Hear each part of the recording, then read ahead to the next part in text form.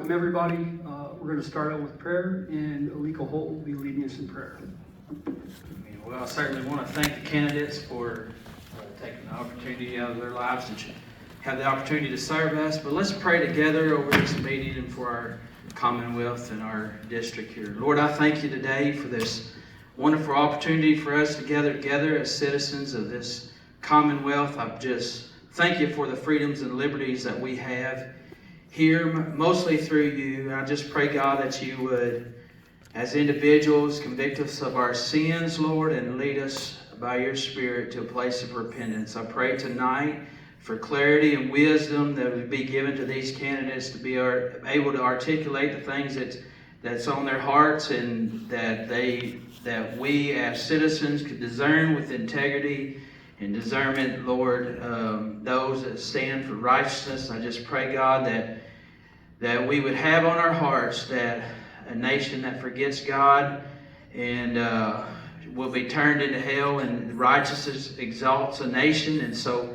Lord, I pray, Lord, that righteousness would be exalted today, and that our hearts would be turned towards you during this time. And I just want, Lord, you to bless our Commonwealth and our county. And I know, Lord, that through leaders that are full of your wisdom, leaders that put an emphasis in their life is led by your word, I know, God, that that's the greatest leadership that we could have. And I pray, Lord, that you just help us tonight, and let all things be done for your glory. We're careful to give you all the praise and glory in Jesus' name. Amen. Amen. Thank you, Alika.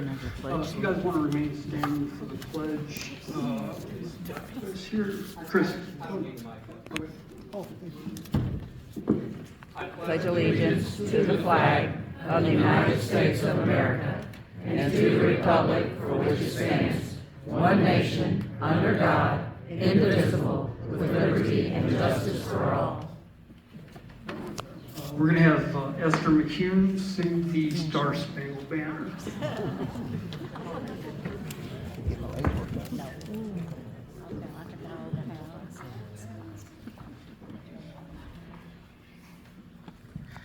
Oh, say, can you see by the dawn's early light what so proudly we hailed at the twilight's last gleaming, whose broad stripes and bright stars through the perilous fight o'er the ramparts we've watched were so gallantly streaming, and the rockets rang clear, the bombs bursting in air gave proof through the night that our flag was still there.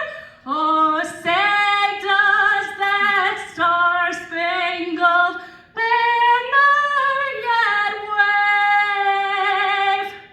o'er the land of the free and the home of the brave.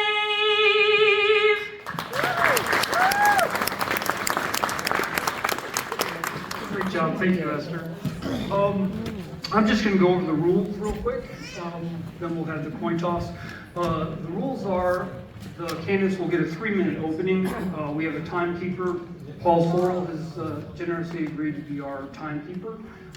The candidates will get 3 minutes opening. They will get 2-minute closing. They will get 2 minutes to answer the questions, and then they will get 1 30-second rebuttal if they choose to take it. I'd like to thank Paul Sorrell for being the timekeeper. I'd like to thank Amanda Mattingly from PLG for coming out and assisting with this. Thank Alika Holt and Sheriff Pinerola and Brandon Bryan of the Nelson County Sheriff's Department for agreeing to keep us safe here, as they always do here in our county. And we'll go ahead and have the coin toss. Brandon, you want to come up?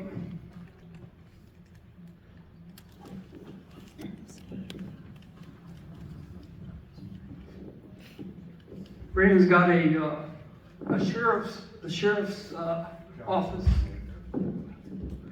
So flags on one side, the other side of the county. We'll do head, do flags, go do the county. Who wants to call it? Ladies first. I'll go ahead and draw one down a little bit. And it's heads. Thank you, Brandon. All right, go ahead with your opening statement, Katie. Or, well, you choose if you want to go first or not. Okay. Hello, my name is Candy Massaroni. I'm your current state representative. I'm a wife, a mother, and a Christian. I have had the honor of serving you for the last 2 years. I never really had any political aspirations until a couple of years ago. Politics kind of found me. And a couple of years ago, I had a wonderful job with the Air Force. And then all the mandates started, and I had to make a choice to give up my job or take a vaccine that I didn't think I needed. So that's when I started getting involved in politics. And then my child started having to wear a mask to school. My husband had to wear a mask to his school where he works. And it was kind of ridiculous, I thought. The only person that was saying that a mask that you can tear your t-shirt off and put it over your face that would keep you safe was Dr. Fauci. So none of it really made sense, and I didn't like the government's response. I believe the Constitution always matters, even in a time of crisis. And at that point, I decided to do something. I ran for office. As you probably know, I'm not the typical politician. I don't subscribe to the typical politics. I don't participate in the bourbon and cigars and all the things that most politicians subscribe to. My philosophy has been to honor God and to honor my family and to honor the county and everything I've done.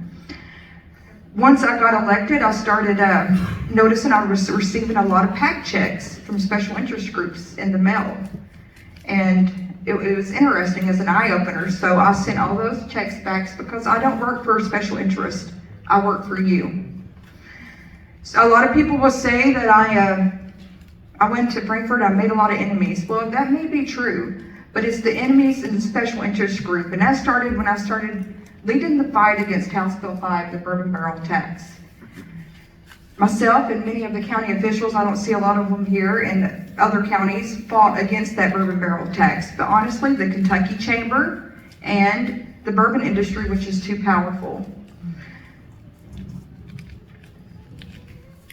What else does people say about me that I don't go along to get along? Well, that's true. Going along to get along is why we're in a $35 trillion deficit. Amen. Going along to get along is why only 50% of our kids across the state can read at grade level. Going along and getting along is why we have pornographic books in many of our schools across the state. So no, I don't go along to get along. However, I have made many friends, and I've had many of the other legislators endorse me. They've been up here working, knocking doors with me. We've done a lot of good things in the 2 years I've been there. We've passed bills to stop. Okay. Sorry. So in between Mr. Stone doing his opening statement, I just wanted to let everybody know that if you want to do a public question, the sign-up sheet's right here. We're going to close it off shortly. So if you want to take a chance, or if you want to take the chance to sign up for a public comment or public question, please do so.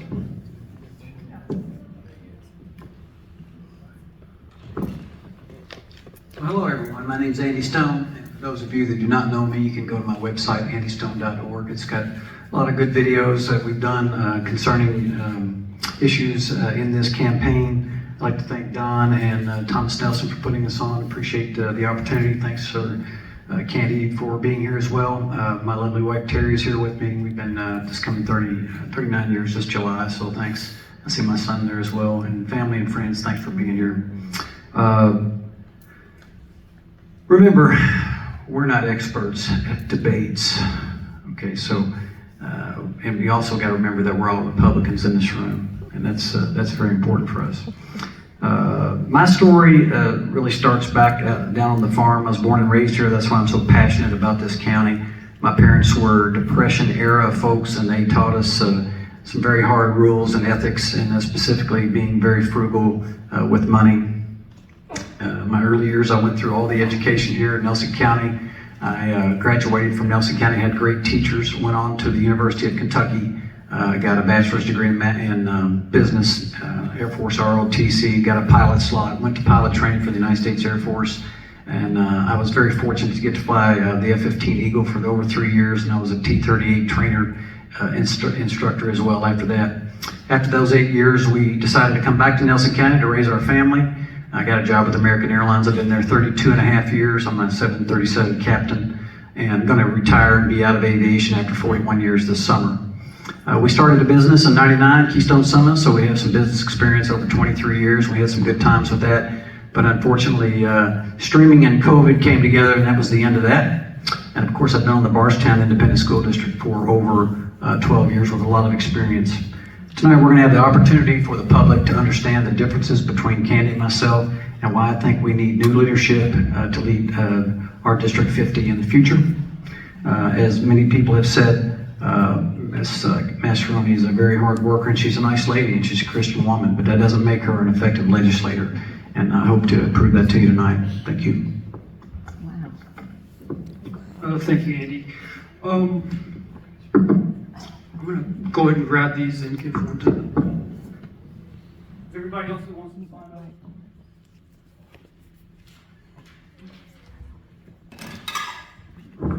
I forgot to say, sit back, relax, and enjoy the show. There's no popcorn. Sorry.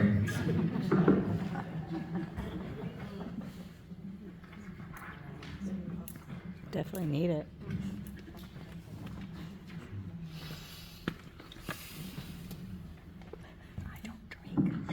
Okay, the first question is a life and death question. You're both on record as pro-life. To what extent do you believe in the right to life? In other words, are you in favor of exceptions? If so, what exceptions? As for the death penalty, or the death part, are you in favor of the death penalty? Candy? I believe life begins at conception.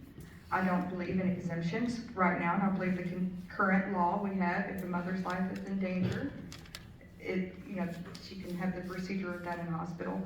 But God defines life, and He defines it at conception, so no, I'm not for any exemptions. As far as the death penalty, I think people make choices in their life, and I think I even proposed a bill, people that molest children or violent offenders that hurt children, I believe that they should be eligible for the death sentence, because right now we're in an epidemic of child predators and everything else. So I think there is exceptions. I'm not the jury and I'm not the judge, but I think that should be an option for the jury and the judge to decide if somebody does such a vile act, that they should have the option of the death penalty. I too am pro-life, with no exceptions. As far as and I basically agree with everything Candy said. As far as the death penalty, there are a lot of situations where there's gruesome crimes and things that need to be addressed. And again, I'm not the judge and the jury, but I am for the death penalty. Thank you. There have been previous attempts to raise the gas tax. The gas tax has been flat for some time, and inflation has caused costs of road projects to skyrocket, and Kentucky is seemingly falling behind on maintenance. How would you work towards making sure our roads infrastructure is maintained? Okay, I'm not in agreement with raising any taxes, as people are already struggling. And we've actually done that in the General Assembly this session. We took some of the general funds, the excess general funds, and we gave the county a lot of money to fix some of the roads, even the county roads. So I think the excess money that we have, instead of holding it as a state, we do need a surplus in case of emergency, but I think the excess money should be used on roadways and infrastructure. Would you read the question again, please?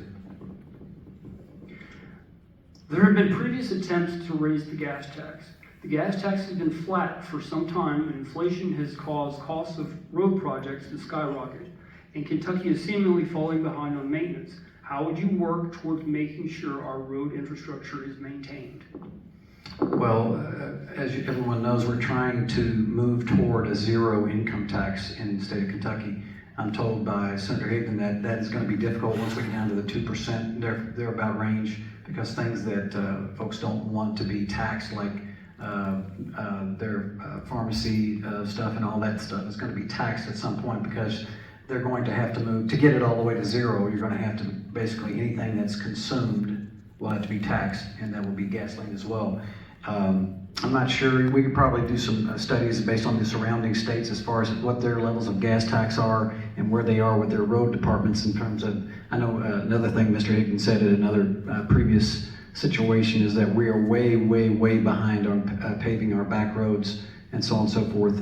And I agree with her in terms of, there's some largesse in terms of funds that are left over that we could use and utilize on our road funds. At some point, however, I think the gas tax will probably have to go up because it is a consumptive tax.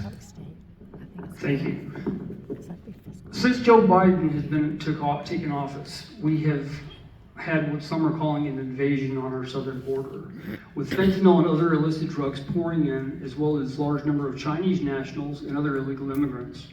There's been discussion in Frankfurt about a possible bill requiring the governor to send the Kentucky National Guard to any state whose governor requests assistance to protect our border. What is your position on such a bill?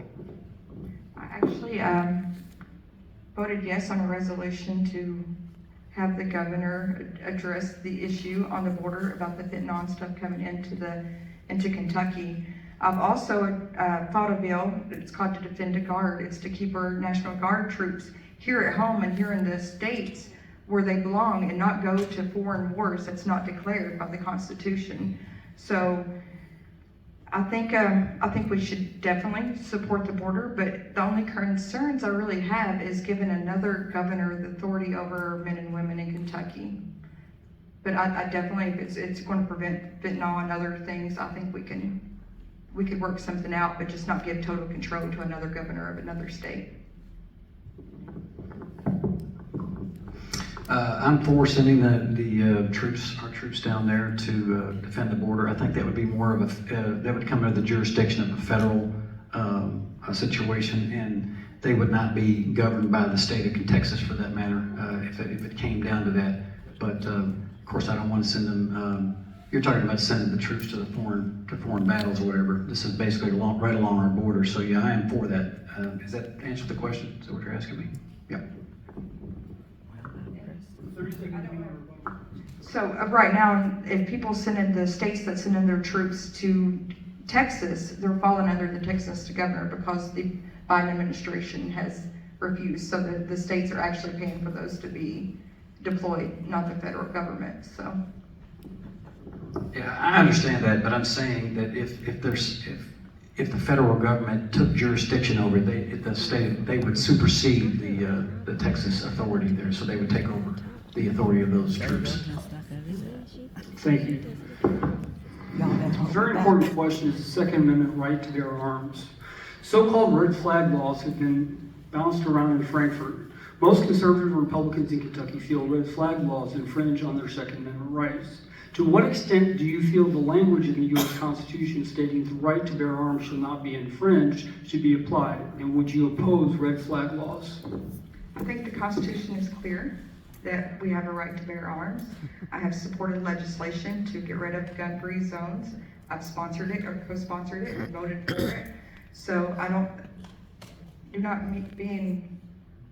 the right to bear arms is the right to bear arms, and it's clearly stated in the Constitution. So no, I would definitely never vote for a red flag law.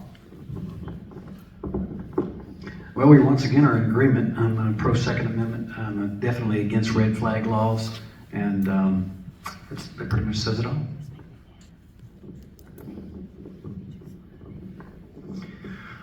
There's been an ongoing debate about the 2020 presidential election being stolen through election fraud.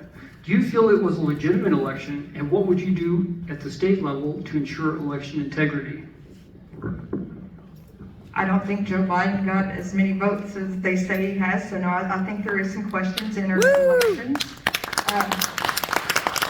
I have filed legislation, and legislation that I have filed has been incorporated in other bills requiring not using student IDs, not using credit cards, because those are a big method of fraud. I'm against the mass mail-out ballots where anybody can fill them out. I'm against ballot harvesting, and I have supported and filed legislation myself to prevent those. Well, I'm pro-Trump all the way. I wanted him to be president, not President Biden. I don't buy into conspiracy theories. I think that it went through the courts properly and they vetted that appropriately. I think there are measures that we can do going forward to make sure that that transparency is there and that we ensure a fair election. Okay, now we're going to move on to the public questions.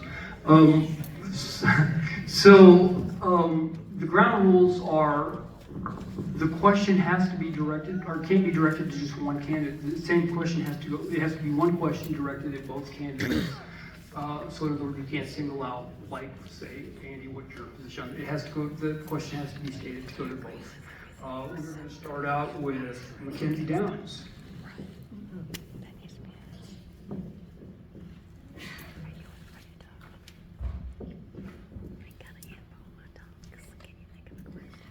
My name is Mackenzie. I go to Thomas Nelson High School and I'm a member of the Education Club.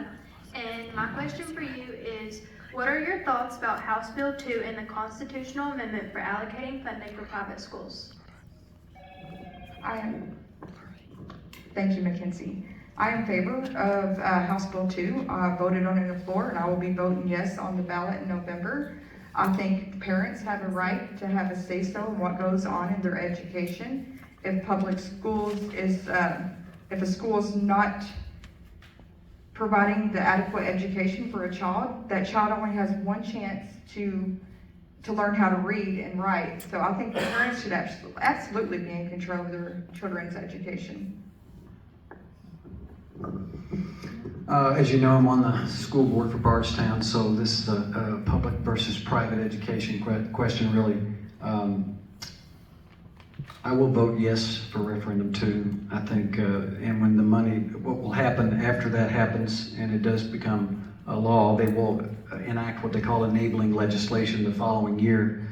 That legislation will be critical, and I really think that what we'll see where most of these things will happen will be in Kenton, Jefferson, and Fayette County. We won't see much of it trickle down to the smaller counties, I don't think. But one thing that I think needs to be very clear is that this SEEK money that will now become voucher money, okay, that's going to go to private institutions. So there's not quite enough transparency for my liking. For example, say they put a new charter school or a private school out here in Deatsville, okay, and now you're going to take that money with you, that former SEEK money that's now a voucher.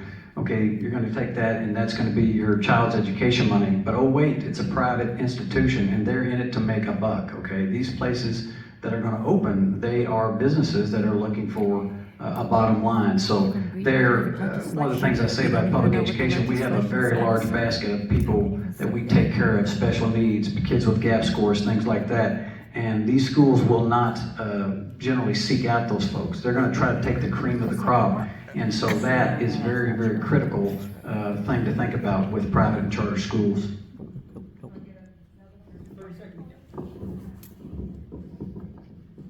Okay, I think school choice, I think every parent should have, everybody pays taxes, everybody has a right to use that money to send their child where it best benefits their child. School choice will not deplete the public schools at all. It will provide competition. I believe in free market. If a school is not performing, the parents will have an option to send their child to another school. And I've said in previous outings that, you know, at the Bardstown School District, we're about competition, and I say bring it on. So if people want choice, I think we have great choice here in this county. We have 2 school districts, plus we have the parochial school system. And we've done so many innovative things with our school system since, I guess I'm done with my 30 seconds, sorry.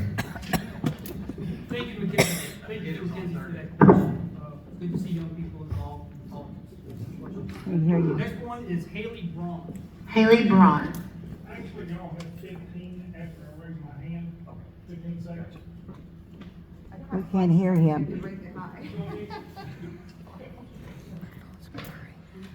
Hi, my name is Haley Braun. I'm also a Thomas Nelson student and a member of the Education Club. My question for you is, what do you see as the impact of House Bill 2 on school choice for special education students? Again, I think it could actually benefit special education students. Regardless, whatever school that the child goes to, they will have to follow the Americans for Disability Act.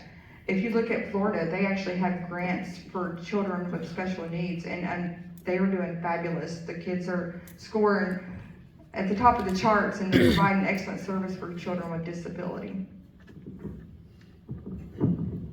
Well, quite frankly, I disagree with all that because special needs require a lot of times special equipment, special facilities, and these things pull from the bottom line. And what we keep forgetting is the people that are in these, going to open these institutions, they're in it for a profit, and they're not going to take on the folks that are going to drain the money from the bank. So I disagree with that completely. Currently, right, in the last year and a half, we just got the data, over 25,000 students have left public schools for one reason or another. Those parents are now having to take their money and pay tuition to private schools, home schools, charter schools, or whatever am I done? Okay. So they're having to pay their taxes for public schools, plus pay for their child's education. I just think that there's better ways. And I'm not against public education. There's been, okay.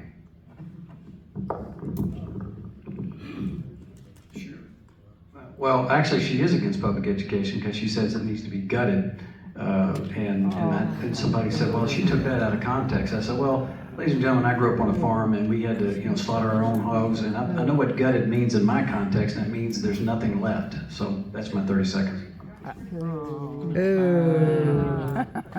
Dirty. Actually, Jim Brooks is sitting there, and we was in an interview together.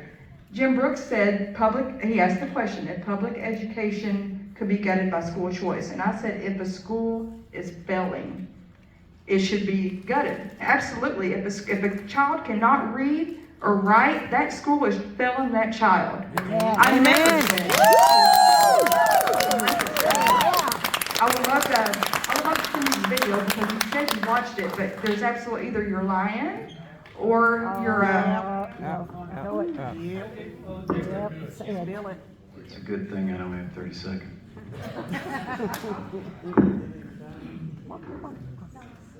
Thank you.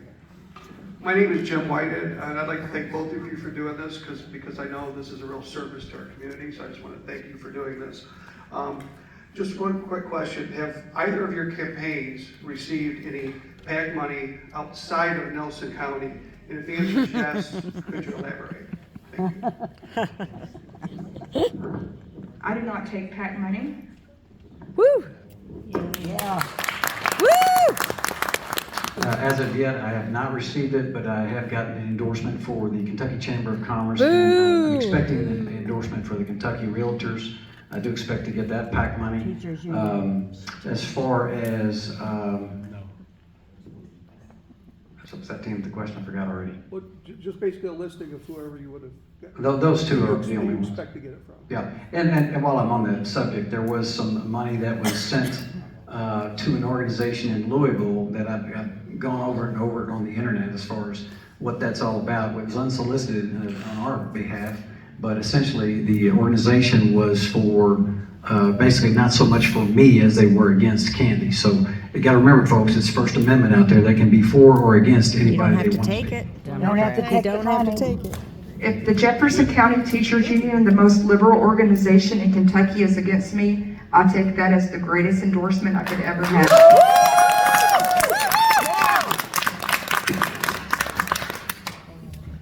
And next up is Paul Hagan. Paul Hagen. Yeah, Andy, I want to know what makes you think you're better than Candy? What makes you think you're a better candidate than her? The question has to be directed to both candidates. Okay. I know what Candy's answer is, but Candy, what makes you think you're better than Andy?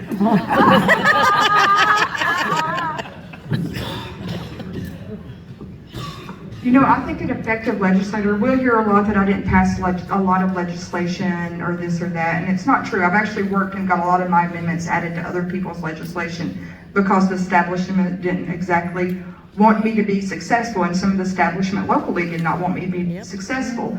But I was able to work with many people to get legislation through.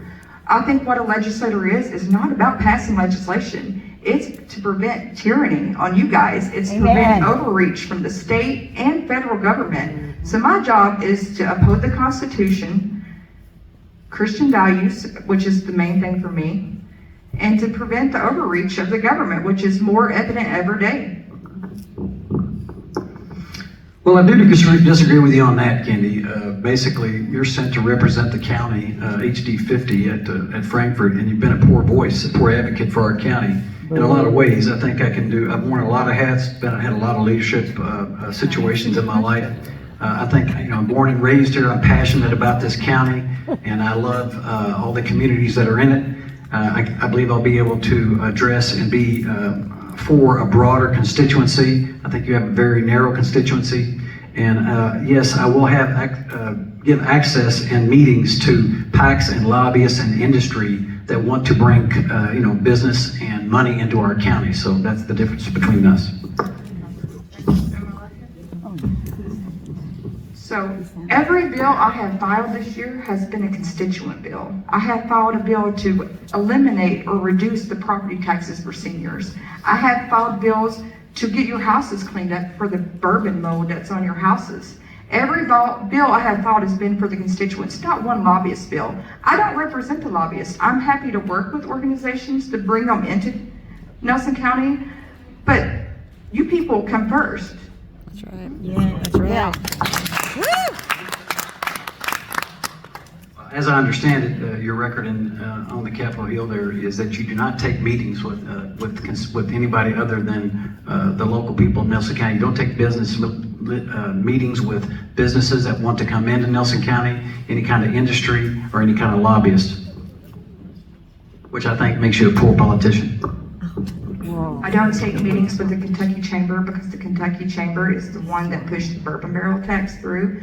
I don't take meetings with organizations that's aiming to hurt you, but I have been around many people, meeting with many businesses. I've met, and even the local officials to help provide businesses and opportunities. So, the next question, we'll start with you. I'd like to go back and forth. Dolly.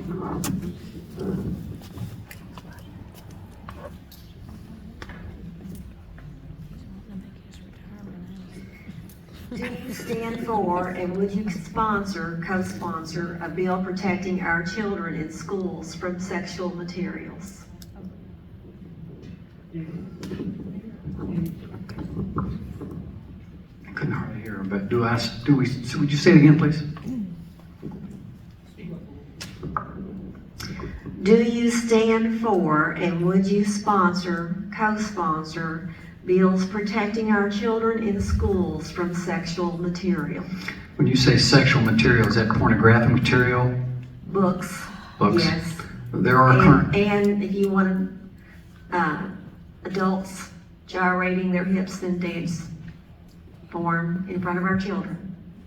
I'm not clear exactly on what you're saying, but I will say at the Barstown School District, there are a certain number of books that are only allowed in the high school grades and above. And as I told one constituent that was asking me about it, I said, I guess initially they said, are you allowing that stuff in middle school? And I said, no, sir. And when I got to looking into it, there were some books that had been brought into the library that had been vetted by professional sources. And I told him, I said, we can't keep blinders on our children their entire life. When they come out of high school, they have to be ready for the world that they're going to live in.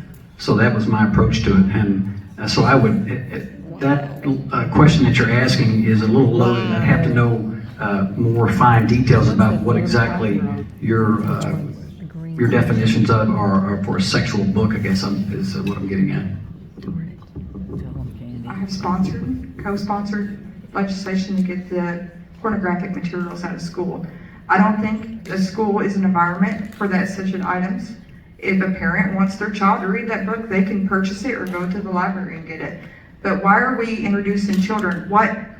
What makes you the authority to have material that parents could or could not be aware of that our children can read? I would love to pull up some of these books and let you read it out loud to the audience. Oh, please. Woo! Do it! Do it! Well, what I will say, and I did check as far as how the administration handles this, if a parent has a problem with a specific book or a title, the librarian can mark it in such a way that the child will not have access to it. But does the parents even know it's there until the child brings it home and has read the material? Amen. That's right. I can't answer that question. No, we don't. You've been on the school board for 12 years, so that's probably not interesting. Well, last time I checked, I'm not the librarian, and we have professionals that run the school, and we put our trust in them, the administration, and they take care of that stuff. They sure I have. put my trust in parents. Yeah, amen. Next up is Kim Wright.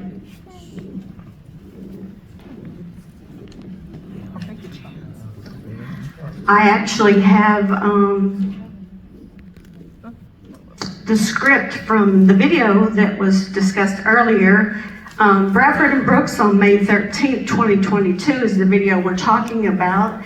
And if you go to the 16-minute mark, you will see that Jim Brooks was speaking and his direct words were, "Now critics of having the money to follow the kids will say it'll financially gut the public schools.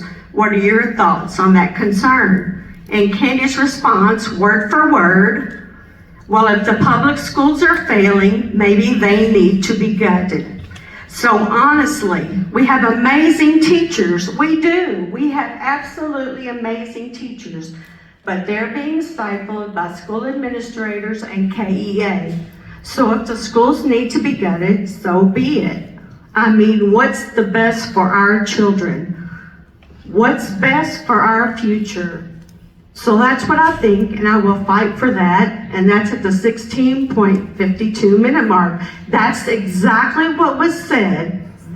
So, yes, I do have a question. So my question is,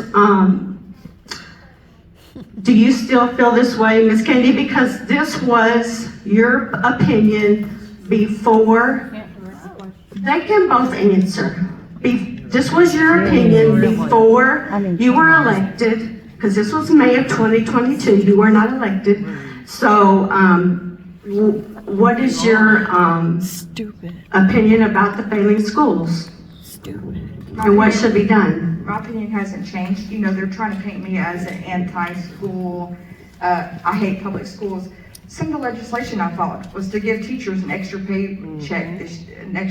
paycheck for the year. I filed legislation to give the teachers more tax credits.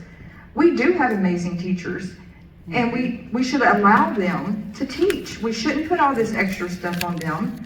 We have a lot of ridiculous things that come down from the KEA, even the legislator, that don't need to be on the teachers. So no, I haven't changed my mind. I think it's about the students, and then the teachers, and then all the bureaucrats can come next. Well, I'm not sure how that question necessarily is directed at me, just because you were asking about her opinion. But I thought she made her opinion quite clear at the Lincoln dinner a couple of weeks ago, because I mentioned the part that she wanted the schools to be gutted, and she stood up and applauded that fact. So it was very clear to me that she was doubling down on her decision to say that the schools needed to be gutted. If it's failing, why? Stood up and clapped because you were so ridiculous in making false accusations that it was just comical. No comment. That's the question. Next up, Andrew Hall. Lord. If it's failing, why do it? Good evening. Okay, so these days, there are so many people who are rhinos who pretend that they are Republicans, but in fact, their actions show that they're not. Okay, so my question is, what do you consider a conservative to be? Because there are so many out there who pretend like they are, but they're not.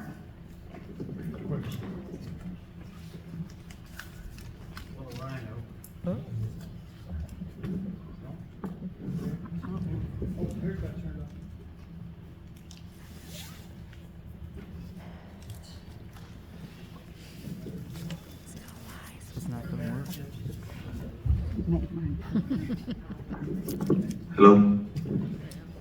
So the Rhino, for those that aren't acclimated, is Republican in name only. I'm second, pro-Second Amendment, pro-choice. I am a Republican. I am a conservative Republican. And Ms. Massaroni has voted 6 times in this session alone with the Democrat liberals. She voted against her own party's budget. She doubled down, I hate to use that twice, but she actually supported the governor's veto of her own party's budget. She's lost the, she talks about having some of her contemporaries for her. There's 80 in the caucus, and she has 40 that she says are behind her. Well, that means that's 50%. So 50% of her peers are already against her after 16 months in office. She's lost the confidence of the leadership. They're not going to allow her to carry any important legislation. That's what happens when you join a team. They hand you the ball and you give the ball to the other team. So, no, I'm not a Rhino. I am a Republican. You didn't answer the question. You said, am I a Rhino? And I am not. No, I did not. I'm sorry, what is the question, ma'am? I'm sorry. The question is, what do you consider a conservative? I consider a conservative someone who does not vote with the liberals. Really, that's pretty simple. So yes, I did vote with the Democrats some, for the matter of fact that the budget that we passed had some things to increase some taxes. Some of it was probably unconstitutional. So no, I'm not going to vote for tax raises. And when I have voted with the Democrats, it's because the legislation is unconstitutional. That's the definition of a true conservative. You vote no matter what your party lines. You say leadership would not let me pass a bill, but guess what? I did pass bills. I got donations from these people that you say are not that's against me. I just got 2 checks from 2 people on leadership this week supporting me. The reason one of the local bureaucrats and one of the main people up there don't like me is because I tried to change the rules. I tried to make it where we could actually have time to read the bills. And if there's something wrong with that, there's something wrong with that. Amen. Woo! I forgot where we are. Oh, I was going to bring up this. So you say you voted against, with the Democrats. Yeah, you voted with them 12 times. You voted no, and 6 times it was a no vote. So that's really 18 times. Once again, I think that pretty much says it all. And your question is, what proves that you're a Rhino or not? To me, you're voting with liberals. That's what's telling you whether you're a true conservative. We have a problem when we have Democrats more conservative than some of the rhinos in office. If a bill is not constitutional, if I can't read a bill, I'm not voting on it. If you can call me what you want, but there's a lot of things that go on in Frankfurt that you're not obviously aware of. We have 90% of the legislation that we passed this year in Frankfurt, guess what? It's from lobbyists and special interest groups. It does nothing to benefit one person in this stadium. So no, I will vote against stuff that's going to hurt any of my constituents or it's going to hurt Kentucky. It's going to help lobbyists. Once again, she's been on the Hill and I have not, but as I understand it, House rules are determined every session and they're voted in by a majority, which still means something to me. This group, and specifically, they wanted individual control and extraordinary things that weren't practical to conduct the business of the legislature, and it would have led to chaos. They were just trying to keep business working, so it would be an operational disaster, actually. I'm not a good old boy. I will do what's best. If throwing a little fit to try to get the rules changed, do you know that we don't have time to read bills? Do you know that they will put a 132-page amendment into a House sub and bring it straight to the floor? What would you do in that situation? Would you vote yes for it even though you didn't read it? I would not. I have to read the bill. Oh. Thank you. Thank you. Thank you. Thank you. Please.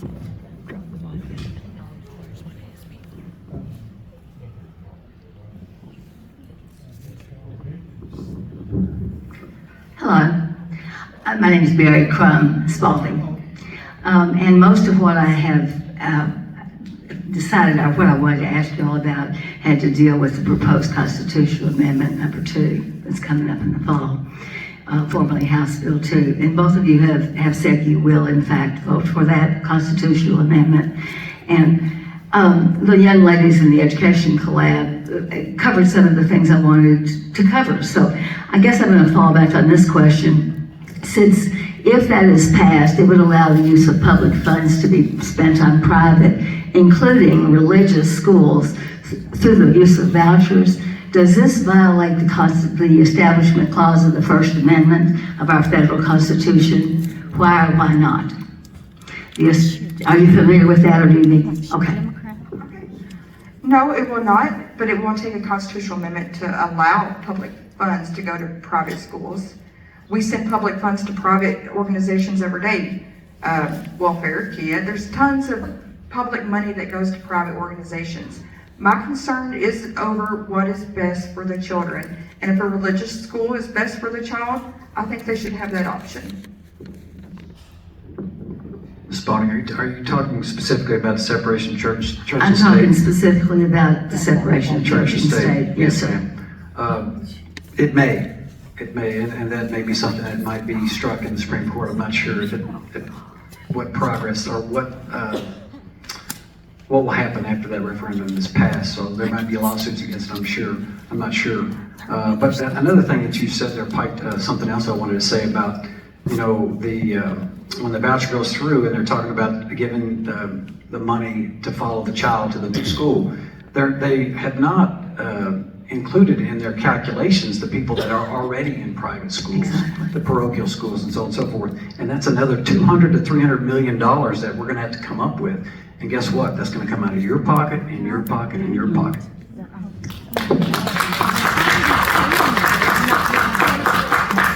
Just be sending less money to this. They're already paying it and not getting a benefit. Right?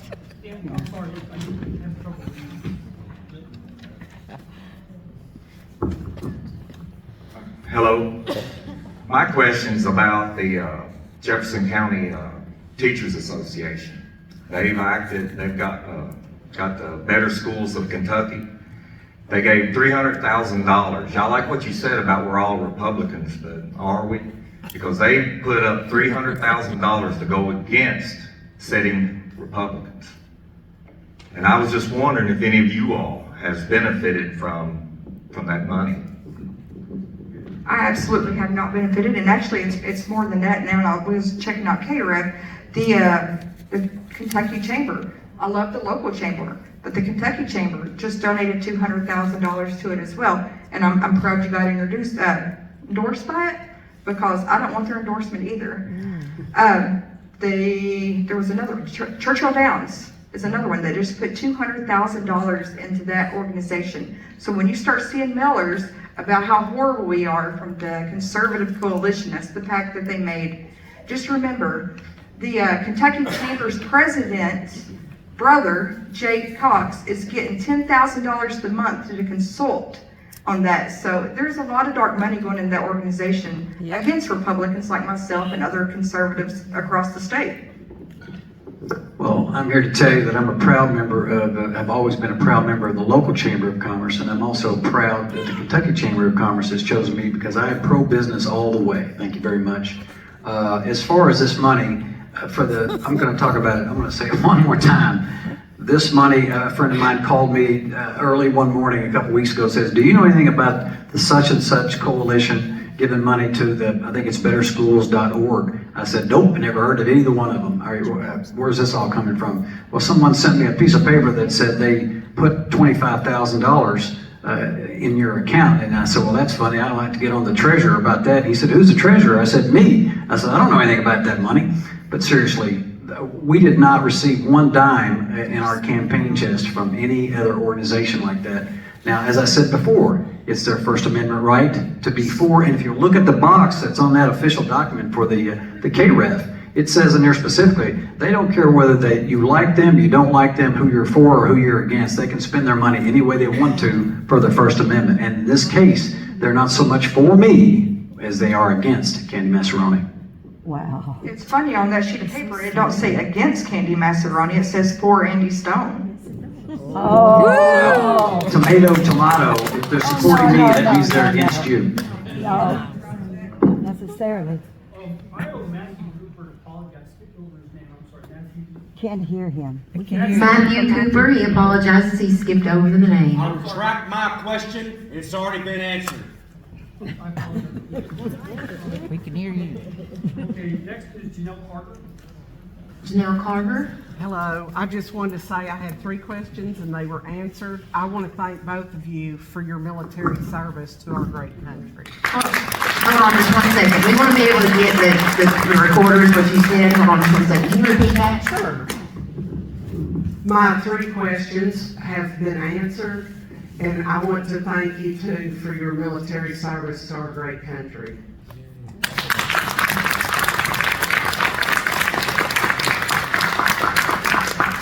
Next up is Kevin Clements.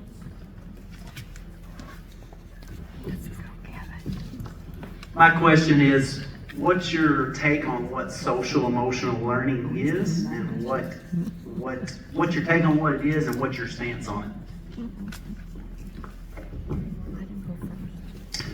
Social emotional learning is a necessary tool for our schools, and you know, folks, we get caught up in these labels. Okay, social emotional learning is one of them. It can also be called character education.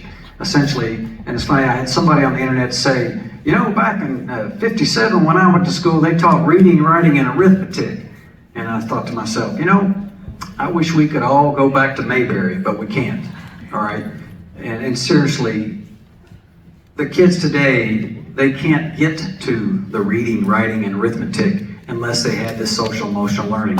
It teaches them what we always call the golden rule: tolerance, how to get along with others, having good manners, that type of stuff. And not only that, it's also very essential for the special education folks.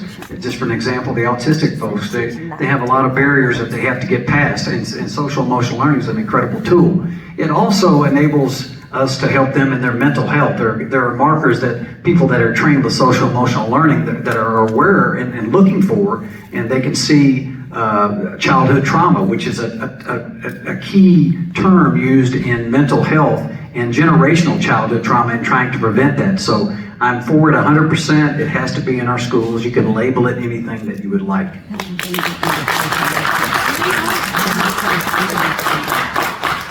Social emotional learning is a $64 billion organization. In 2020, CASEL, the standard bearer for social emotional learning, turned into a program called Transformative Social Emotional Learning. The Transformative Social Emotional Learning is not in all the schools, but it's becoming more and more prevalent in all the schools. It is the Transformative Social Emotional Learning is CRT, it's race-based, it's everything that I stand against. I think it should be eliminated. And another thing, most teachers hate it. They don't want it. I've talked to 20, 30 teachers. Teachers are not psychologists. They're supposed to be teachers. Right. Let's let them teach instead of spending hours, a day, a week, or whatever, trying to diagnose kids' mental health problems. And all this is doing is making our kids more depressed. We are at a point where children are depressed constantly. They're suicidal. This is not helping the social emotional learning. Let's take all this, give it back to the parents where it belongs, and take off the pressure off the teachers teaching this ridiculous stuff. I never had $64 billion, I'm sorry, to teach me on how to be nice and to have manners. And I'm sure none of you all did that. Well, I wish the world was as you said it is, but unfortunately there are good parents and bad parents out there, and we have a lot of folks, and another thing, as we said with public schools, we have our arms around a big basket of issues, okay? We're not just, one child or your 3 children. We have 2,600 children or better in our school district, and there are a lot of separate issues and needs that need to be addressed. And sometimes it has to be a one-size-fits-all. I know there are some times when things like that don't necessarily need to be taught to a certain student or an individual, but overall, we're very blessed to have the folks that we have trained in social emotional learning, and we've had great success with it. And it is not wokeism or CRT, which I am, by the way, against.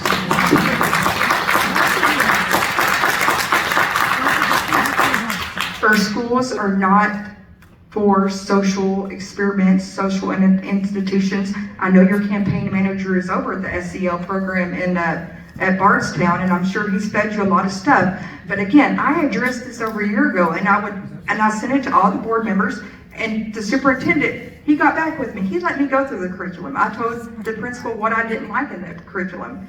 However, you say people's telling you what it is. It's not. You need to do your research. Look and see, where does social emotional, who is the main profiter of social emotional learning? It's not the child.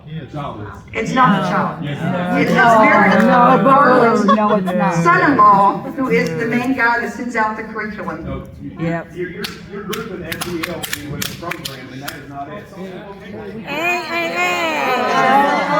you're not up there. Social emotional learning, transformative social emotional learning is a form of CRT. Wrong. Yes, it is. Wrong. Thank you. You can tomato tomato. I disagree with you completely. Next up is Valerie Mock. Is that the guy? Job. Such a good CRTs on the NPL. That's a good thing. CDC website. It's on the CDC website. During the recent medical crisis termed the COVID-19 pandemic, medical professionals lost their jobs for refusing vaccinations or speaking about the dangers of mRNA technology, and that was the military also. Some private employers and federal agencies required the vaccinations or the employees would face termination. I was told by our former representative at the time here in Nelson County, Representative McCoy, that as an employer, he had the right to require his employees be vaccinated or face termination.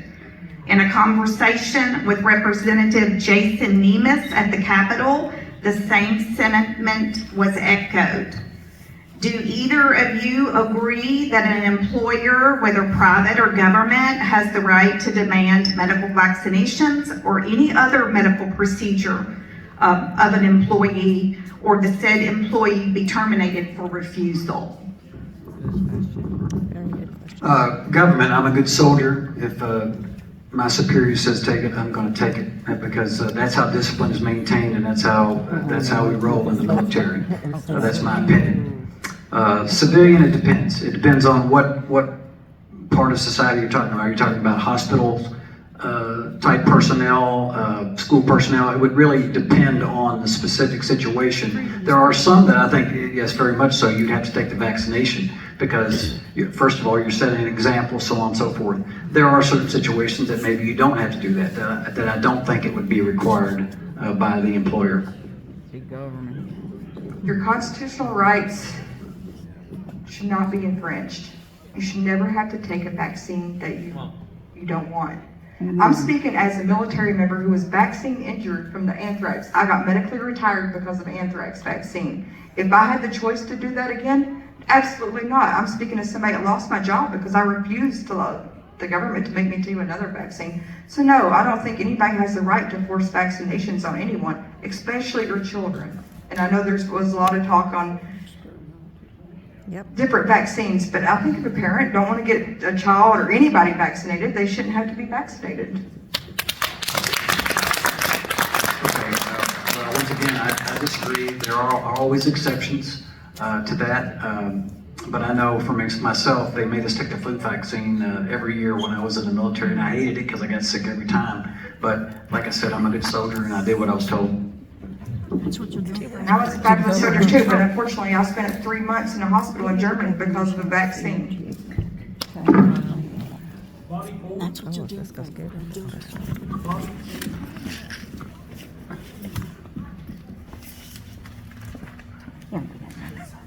This goes good with the last comment here. What do you think about representatives having their committees taken away because they refuse to vote the way leadership tells them? Would you cave to the pressure of leadership, as you said, the good old boy, or stand up to stand up for your constituents and your principles? You know, a lot of people got their committees taken away last year, and it was just because they stood up for parental rights and against gender mutilation. Leadership did not like it. They did not like being called out. So it was wrong, and I don't think anybody, when you punish a legislator, they represent their constituents. You're punishing a whole constituency. So no, I don't think leadership has the authority to take people's rights, their constituents' voices away. Well, I haven't been there, so I'm not sure how that structure works as far as setting up the committees and so on and so forth. All I know is that you, for leadership to allow you to carry important legislation, you got to prove that you're a team player. And Ms. Massaroni has shown that time and time again that she is not. So You didn't answer in the the future, question. she will not be a good representative for this county because she cannot be trusted with important legislation. You didn't answer the Let's question. talk about some of the legislation I was able to get passed. I was able to get Ian's alert passed. It's an Amber Alert for autistic children. I was able to get a bill passed about animal rights and the rights of service animals and property owners. I was able to get legislation to bring a regional office in here into Nelson County. We got authorized for 4 regional driver's license office. That was my legislation. You know what? I gave it to other people to run because I knew how horrible and egotistical a couple of people are. So that made me actually work better because I was able to work with multiple legislators to get things through and not the good old boys. As I've said in the past, her record this session shows she's had 58 bills she's sponsored or co-sponsored, 38 of which are stuck in what's called committee on committee. It's basically no man's land. And she had one specific bill that she sponsored that got across the finish line. Her contemporary next door, who I've never met, don't know the person, he's over in, Ms. Wright, do you have something to say? You didn't answer the question. Ms. Wright, do you have something to say? I'm about to shake my head. You can't stop me from shaking my head. Wow. Exactly. What I would like to say is, Miss, We can't let that happen, Donnie. You cannot do that. What you just did is inappropriate. You need, as the moderator, you need to stop this. My apologies, Ms. Wright. Wake up, Dawn. I got you. My apologies. Wow.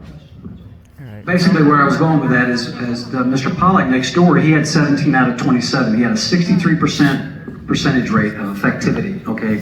Ms. Massaroni had less than 2%. So the numbers don't lie, folks. If you want an effective representation in Frankfurt, it's not going to be her. And you know, I actually talked to Mr. Pollack and I looked at his bills. Do you know what his bills was? His bills was banking and insurance bills and bills from the lobbyist. So I don't think most of my constituency cares about banking and insurance bills for lobbyists.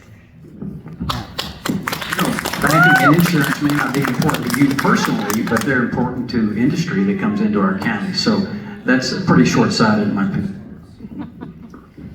Okay, hold on just one second, because you all are kind of getting off track of what her question is, and that's bothering her. Just one second. So just one moment, please.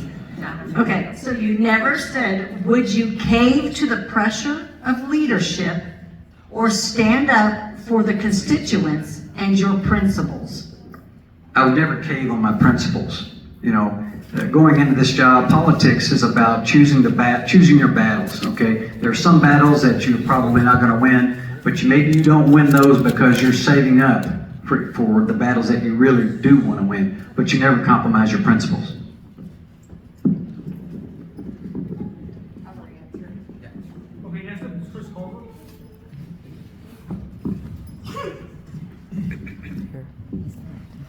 First of all, I would like to thank both of you for being here tonight. It's not easy being up on that stage and being under the lights and having everybody ask these questions to you. So the questions can get tough, the answers can get tough. I appreciate when you guys go back and forth and it's a little heated because we get to see the real you in that. Also, before I ask my question, I want to thank the young people that are here.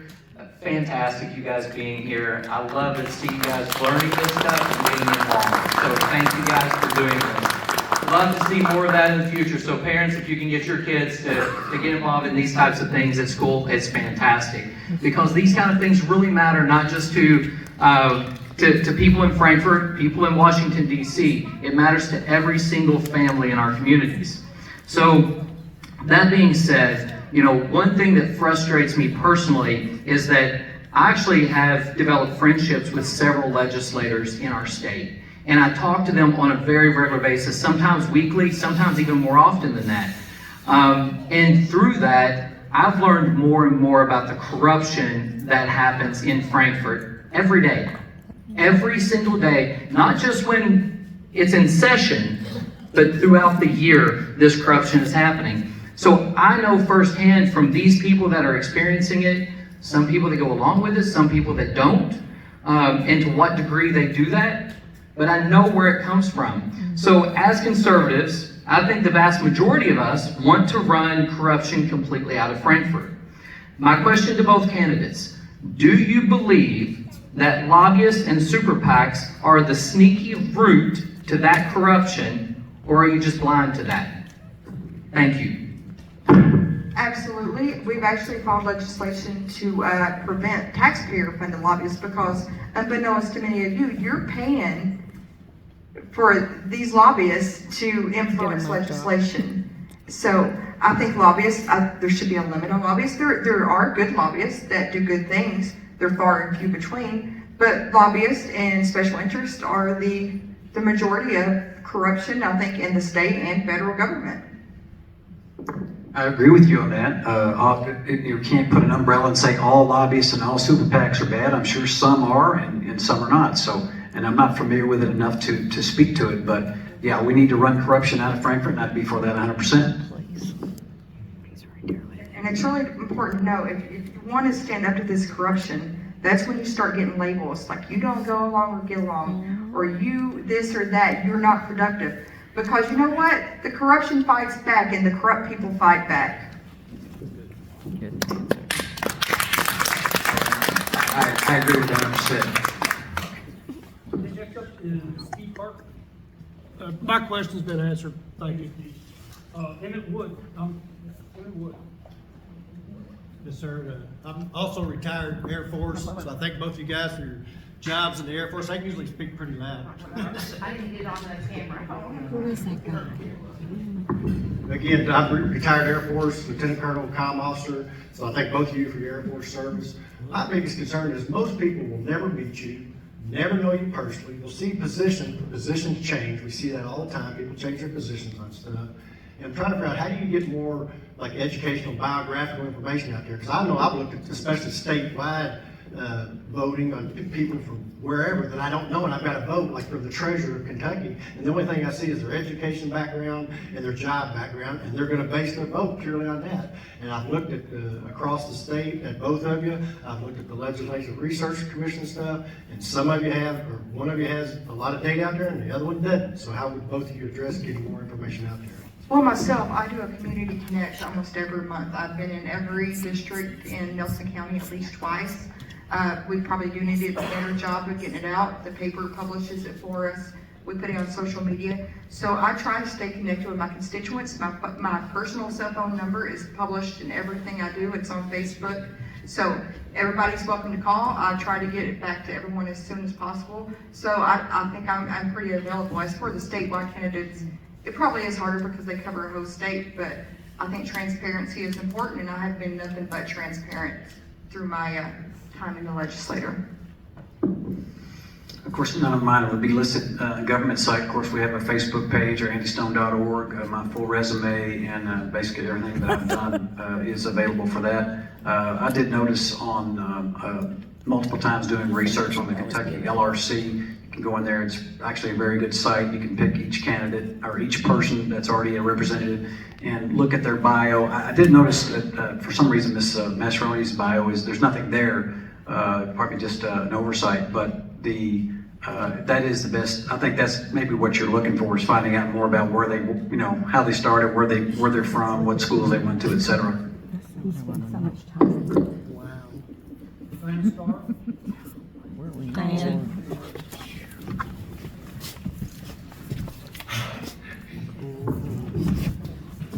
Hi, thank you. My name is Diana Starr. Thank you, Don, for having this. It seems like a lot of airing out, the constituents can find out exactly what's going on. I like that you brought up something, the doubling back. I was at the Nelson County dinner, and you were speaking of SEL as if you didn't know what it was. I'm going to bring that topic up again, and I have a reason. And the CDC website, and you said you're against CRT. CRT is listed under the umbrella of SEL. Social emotional learning should be taught at home by the parents and the way they do things. I had 2 ministers for parents. They taught me kindness. They didn't have to send me to school to do that. But what I'm saying, you're blowing more wind up there, sir. I have a question.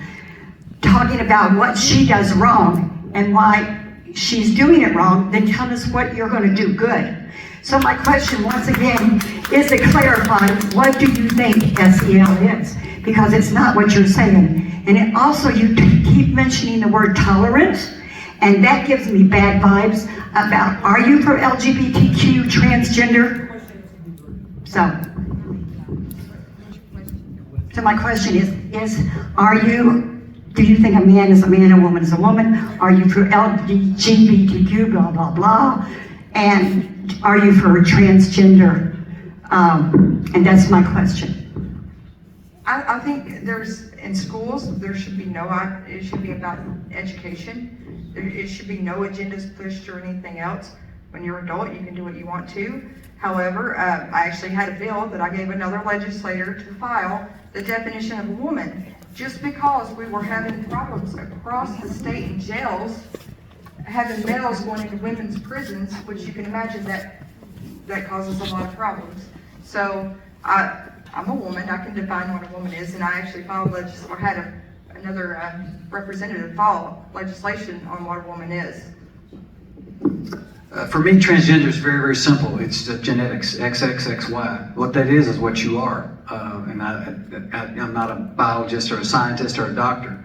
I'm against any person, and like she said, once you're, out on your own, you can do anything, have anything done to mutilate your body in any way you choose to do so, in my opinion. But gender comes down to your genetics. What's the chromosome say? And that's pretty much it. Did that answer your question? That's all right. Okay. Charles Howard.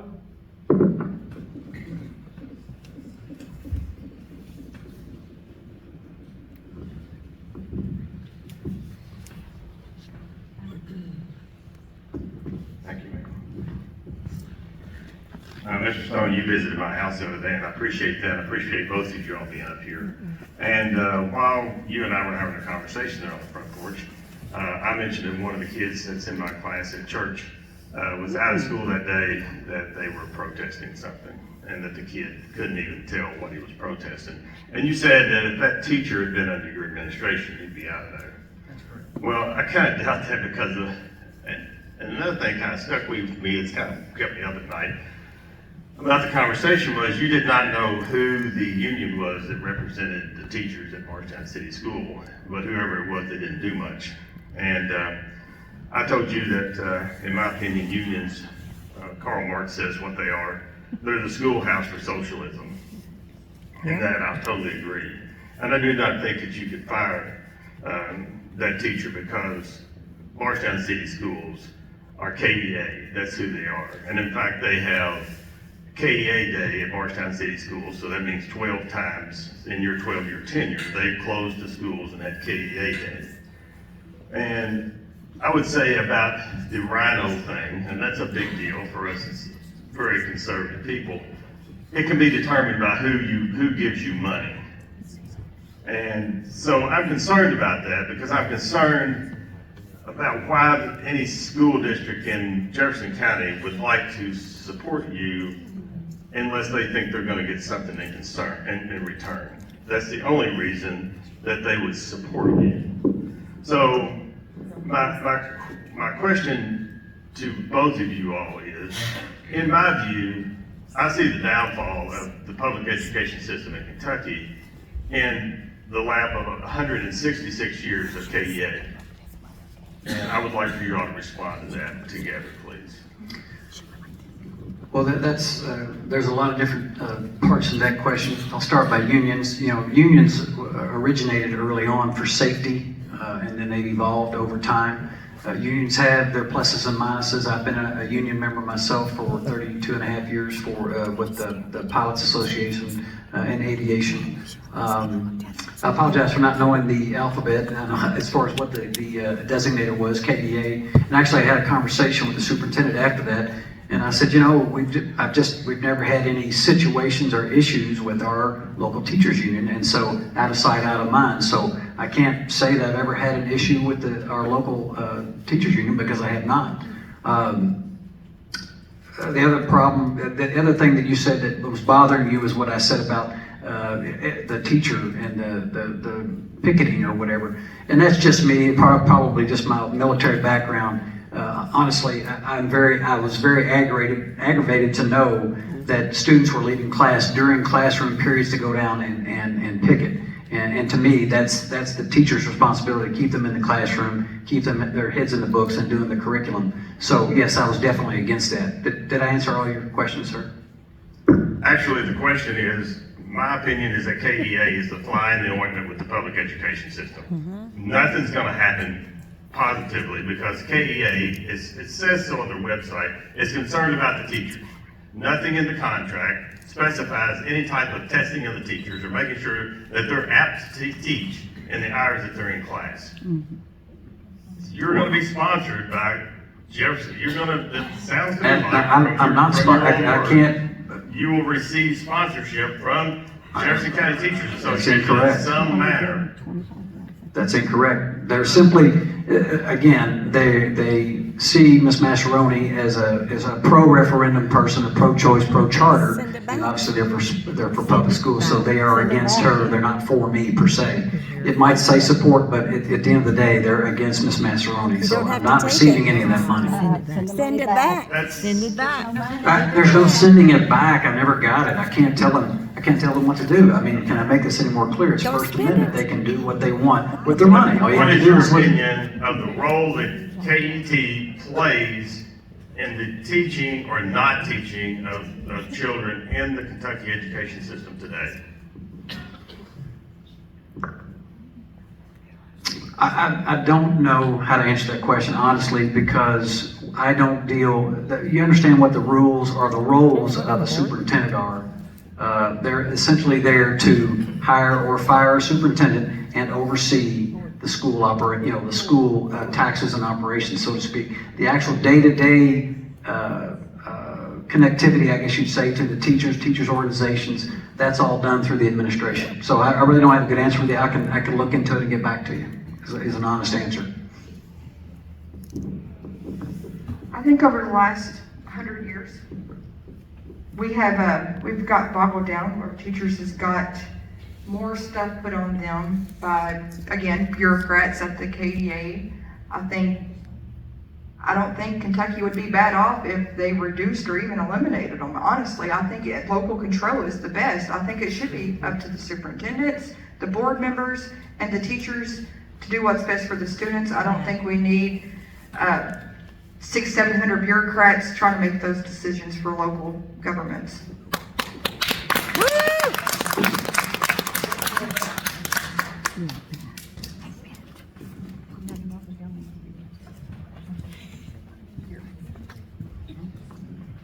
Hello, I'm Deborah Bohachevsky. I know both of you, kind of. Thank you for being here, and I know it's probably a little difficult, but it's great practice for what's ahead. Being that I do know both of you just a little bit, one thing, I didn't know who I was going to vote for tonight, and your answers have helped clarify quite a few things.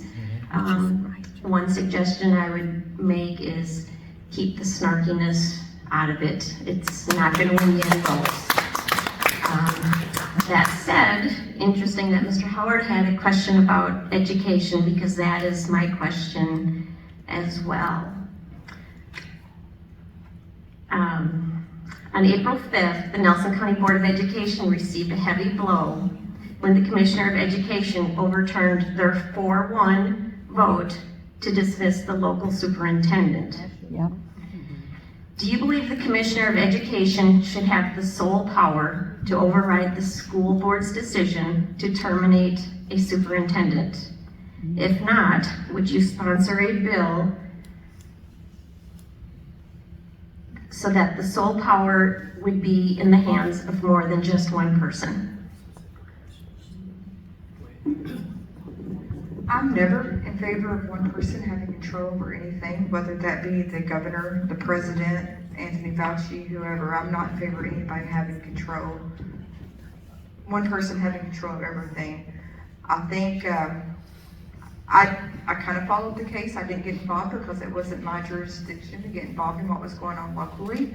However, I think it is the first time in history that the commissioner did not agree with the board, and I don't know the reasons why or why not.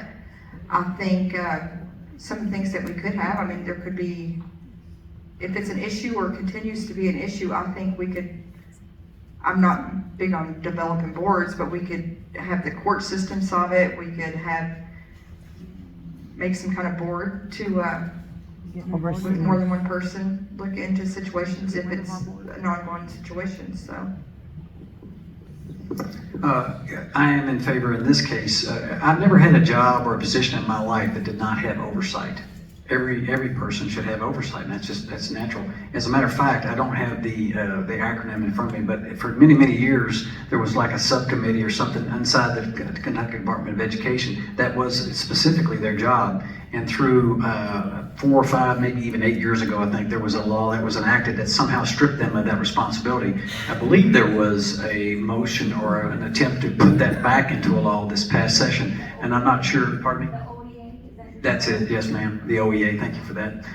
The OEA, and I don't know if they actually got that across the finish line or not, but like I said, everything deserves oversight, and I'm very much for the OEA being put back into that position where they can have that supervision and oversight. And honestly, the OEA, I mean, it's another bureaucratic system that we probably could do away with because they don't do anything.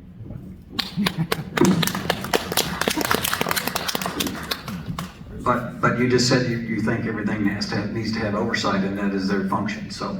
But currently they don't provide oversight, so they're just a bunch of unpaid, well-paid bureaucrats. Well, then we can get some legislation so they can have a job. Oh my goodness.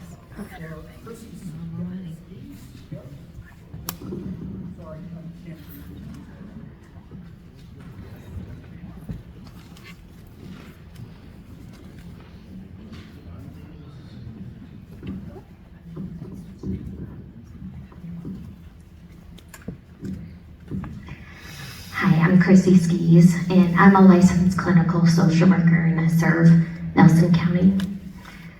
In the past legislative session, our current representative sponsored a bill that would have removed social and emotional learning from all the schools.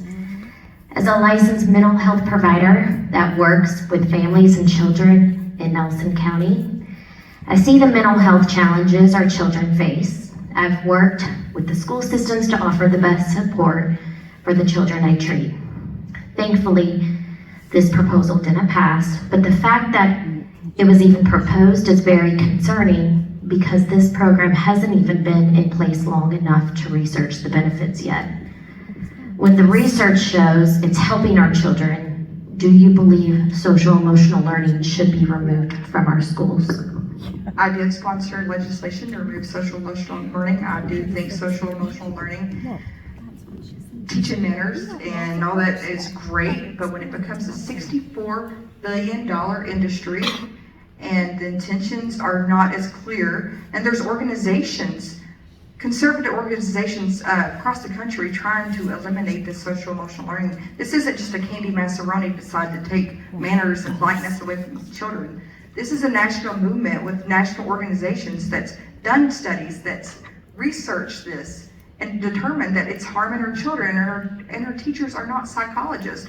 Why are our teachers trying to push social emotional learning or try to diagnose children or whatever they do? Let the teachers teach. Let's take some of the responsibilities of programs like this off of teachers. one thing I'll agree with you in that statement is that our teachers have a lot of responsibility. They really do. But again, I think social emotional learning is critical in today's world. We have something called, I don't know what I did with it. There it is. We have this smart device that's entered our world in the last 10 to 15 years, and it has changed our world. And our children are not prepared to get down to the basics of studies unless they are prepared properly by the teachers and administrators of our schools. Now, again, you can label it anything you want to call it, but for me, it's teaching people to be tolerant, getting along with folks, and to have good manners. So, as it is presented to me today, social emotional learning is the correct way to go. I just want to follow up. Our schools are not supposed to be institutions to do everything for parents. We have parents that need to parent. If they want to teach, let them decide how they teach their kids, how they raise their kids. Let the schools teach. Legislate that. And again, I do agree with you that we do have parents that do that, but we have a lot of parents that aren't doing that. And we have a broad basket, a large group of people that we have to enable them as a whole for our society. So that's why I think it's important. Okay, we are up to our last question tonight, and that goes to our distinguished sheriff, bringing in a row. This is gonna be easy. First of all, thank you all for throwing your names in the hat. I've been there, it's tough.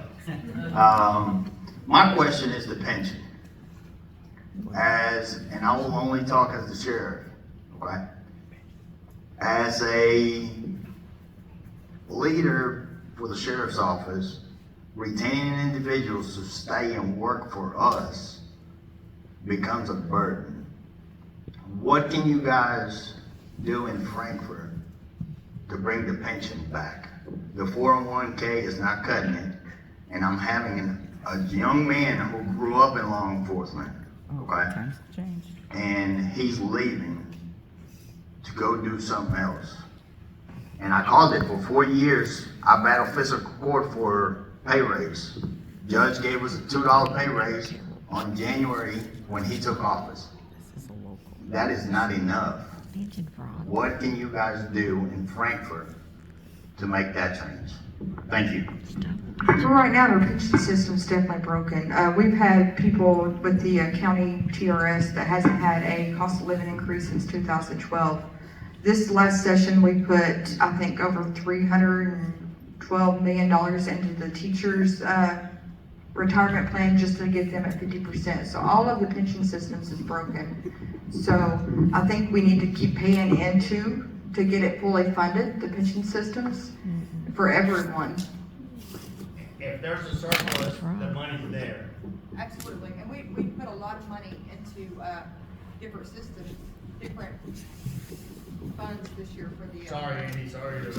But Sheriff, I agree with you 100%, and your vocation, your job is saying a lot with teachers as well. The starting pay is just not enough. You're having a hard time getting recruits. I know with the teachers, they used to have 30 and 40 people line up and say, hey, I want to be a teacher. Now they got 3 and 4. Okay, so the pipeline's shrinking. Same thing for the folks that do. But you guys are in harm's way. I mean, that's a whole different animal. I get that. I don't have the answer for that. I know Mr. Higdon spoke specifically about it at the January 2nd coffee, about they had a $3.5 billion excess amount of money, and they already had $16 billion worth of requests for it. So there's never enough money, but they have they've been diligent about trying to pay down. I mean, I remember early on in the school board stuff, it was doom and gloom that we were so far behind the pensions. We were, $60 billion. I mean, that's just big money, folks. I don't care how you slice it.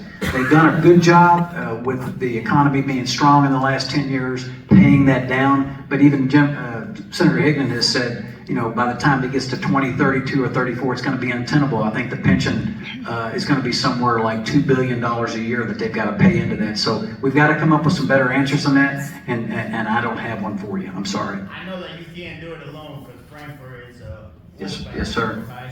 But my question to both of you is, what will you do to rally the troops as legislators to go in and fund the pension for teachers, law enforcement, everybody. Well, you're gonna have to get creative again with that tax and the consumption tax for one thing, you know. And people have said, well, we can't get down to below 2% in Kentucky, but look at, you know, Florida does it, Texas does it, Tennessee does it. Hey, if they can do it, we can do it. We just gotta be creative about it.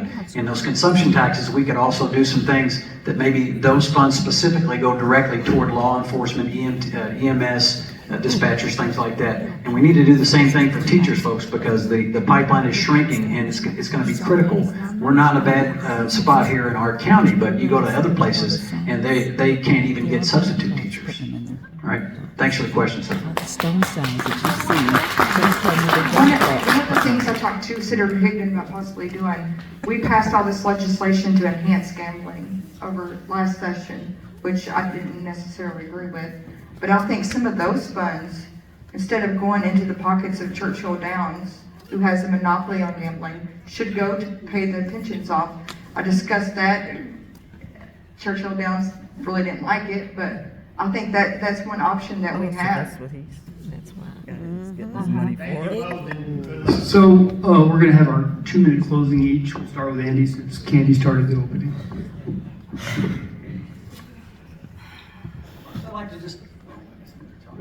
First, I'd just like to thank everybody for being here because this is democracy, folks. Yeah, we've been, you know, going after each other a little bit up here, but that's what makes America great. You know, I am all about never giving up on our government. I tell you what, it's broke, it's busted, but we can fix it. It's not broken. We got to keep scratching. All right.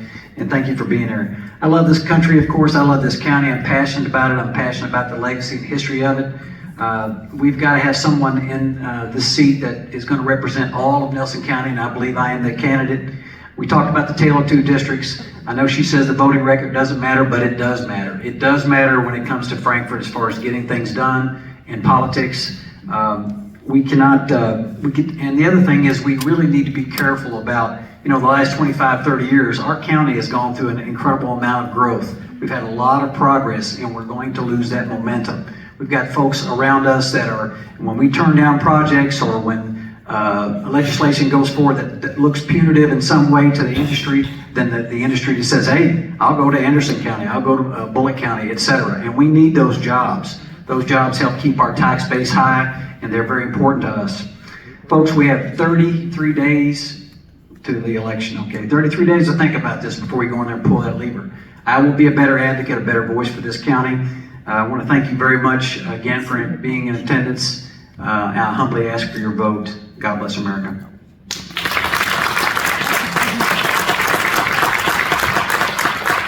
First, I want to say I think I absolutely have been an effective legislator. I brought $85 million in road funds to Nelson County in this last budget, along with Senator Higdon. We just got on our last day of session, the Nelson County Technical Center teachers were being underpaid. I got that money to be allocated to them to get them back where they should be paid. I have passed legislation, and even though I don't have to have my name on it, if it's going to benefit Nelson County, I will let somebody else run that. If there's going to be somebody with an ego that doesn't want me to run legislation, and honestly, the ego comes from a local bureaucrat or party, but if that's going to happen, that's fine. I will work around it, and I've made many friends that's allowed me to work with them to get legislation through, to get money to Nelson County. And I've worked great with their leadership teams in Nelson County. Your judge, Senator Higdon, he supports me 100%. So I think I've done a great job representing you, the constituents, and I refuse to bow down to people that want to cause you harm. For being here, we've engaged in a robust discussion. We had 22 people sign up, which beat the judge executive race from 2020. I'm sorry, 2022. So anyway, thank everybody. Thank Wes Bradley, Superintendent, for always accommodating. And thank Jim Brooks from Nelson County Gazette, and Amanda Mattingly from PLG, and Ginger from PLG. Thank you all for coming. Appreciate it.